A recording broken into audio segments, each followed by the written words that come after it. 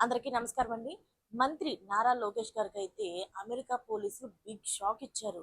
అసలు ఏం జరిగిందన్న పూర్తి వివరాలైతే తెలుసుకునే ముందు వీడియోనైతే పూర్తిగా చూడండి. అప్పుడు మీకు పూర్తిగా అర్థమవుతుంది. అదే విధంగా చాలా మంది సబ్స్క్రైబ్ చేసుకోకుండా వీడియోని చూస్తున్నారు.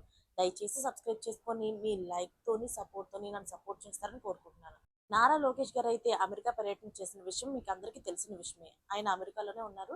ఇప్పుడు ప్రస్తుతానికి ఒక 5 రోజులు ఆయన పర్యటన అయితే ప్రారంభించారు. ఆయనకి ఒక బిగ్ షాక్ తగిలింది అమెరికా పోలీసుల నుంచి. అసలు ఏమైందంటే నారా లోకేష్ గారైతే విమానం ఎక్కి అమెరికాలో ల్యాండ్ అవ్వడం జరిగింది. అక్కడ ల్యాండ్ అయిన తర్వాత ఈయన వస్తున్నారని తెలుసుకొని అమెరికాలో ఉన్న తెలుగు వాళ్ళందరూ కూడాను ఒకరు ఇద్దరు కాదండి వేల సంఖ్యలో అయితేనే కుటుంబాలతో సహా ఎయిర్‌పోర్ట్‌కి వచ్చారు. ఆయన్ని ఘనంగా స్వాగతించడం కోసం. వాళ్ళ అభిమానాన్ని చూపించడం కోసం. సో, వాళ్ళందరూ రావడంతోని అక్కడ ఎంత ఇబ్బంది తలెత్తిందంటే నిజంగా చాలా ట్రాఫిక్ సమస్యలతో సహా చాలా ఇబ్బందులు తలెత్తాయట. దాంతో వెంటనే పోలీసులు అక్కడికి వచ్చి నారా లోకేష్ గారు వస్తున్నారు. ఇక్కడ ఇదంతా అవుతుంది. కొంచెం ట్రాఫిక్‌గా ఉందని చెప్పేసి ఆయన దగ్గరికెళ్ళి, సార్ ఇలాగా ట్రాఫిక్ ప్రాబ్లమ్ అవుతుంది. మీరు ఈ దారి నుంచి కాకుండా వేరే దారి నుంచి ఎళ్ళాలి అని చెప్పేసి ఆయన్ని వేరే దారి నుంచి తీసుకెళ్లారట. అయితే నారా లోకేష్ గారికి ఒక్క క్షణం ఆయన ఆంధ్రాలో ఉన్నారా? లేక అమెరికాలో ఉన్నానా అనేసి ఒక్క క్షణం ఆయనకి బ్రెయిన్ పనిచేయలేదంట. అయితే అంత అభిమానాన్ని చూపించడానికి అంతమంది వచ్చారనమాట.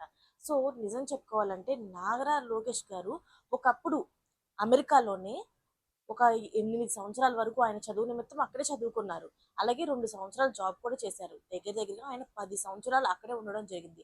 అప్పట్లోనే ఆయన ఒక ముఖ్యమంత్రికి మనవడు. మరో ముఖ్యమంత్రికి కొడుకు. అలాంటి ఉన్నత స్థాయిలో ఉన్నప్పటికీ కూడా ఆయన్నెవరు గుర్తించలేకపోయేవారు. కానీ ఆయన రాజకీయాల్లోకి ఒకసారి దిగిన తర్వాత ఆయన పరిధిని పెంచుకున్నారు. అలాగే రాజకీయాల్లోని ఆయన అనుభవంతోని, అలాగే ఆయన పరిజ్ఞానంతోని నిజంగా చెప్పాలంటే ఆయన ఎంతో పరిణితి చెందారని చెప్పుకోవచ్చు. సీఎం చంద్రబాబు గారి తర్వాత నారా లోకేష్ గారే సీఎం అనడానికి అతిశయోక్తి ఏం లేదు. ఎందుకంటే చాలా మంది ఆయన తర్వాత ఈయనే సీఎం అని చెప్పేసి కొంతమంది చెప్పడం కూడా జరిగిందనమాట.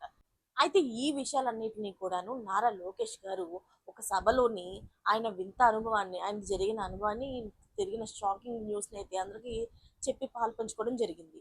మరిన్ని లేటెస్ట్ అప్డేట్స్ కోసం ఛానల్‌ని అయితే సబ్స్క్రైబ్ చేసుకోండి. Thanks for watching friends.